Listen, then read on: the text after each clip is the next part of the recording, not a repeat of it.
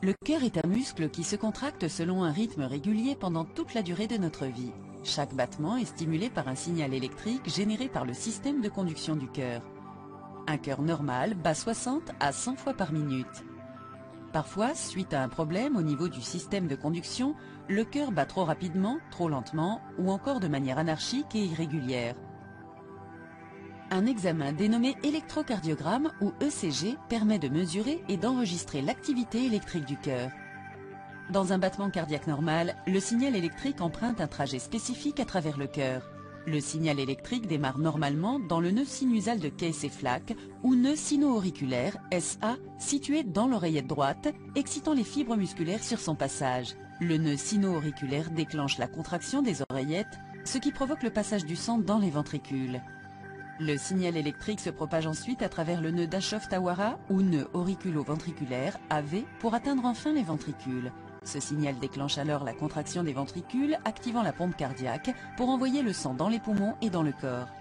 La tachycardie est un type d'arythmie ou d'anomalie du rythme cardiaque dans laquelle le cœur bat plus de 100 fois par minute. Il existe de nombreux types de tachycardie, mais la forme la plus courante et la plus grave est la tachycardie ventriculaire. La tachycardie ventriculaire se produit lorsque l'activité électrique du cœur démarre dans les ventricules plutôt que dans le nœud sino-auriculaire. Dans ce cas, les ventricules battent plus vite que les oreillettes. Les contractions rythmiques normales, précises, entre les oreillettes et les ventricules sont interrompues, entraînant une interruption de la circulation sanguine vers le cœur et vers le corps. La tachycardie se manifeste par des symptômes tels qu'une sensation de faiblesse et des évanouissements en raison de l'interruption de la circulation sanguine vers le cerveau. Elle peut être provoquée par de nombreux facteurs, notamment par un effort physique et le surmenage.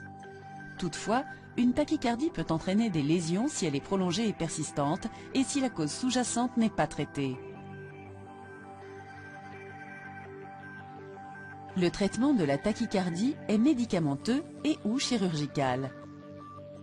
Dans certains cas, un défibrillateur implantable peut être inséré dans le thorax du patient afin de réguler le rythme cardiaque.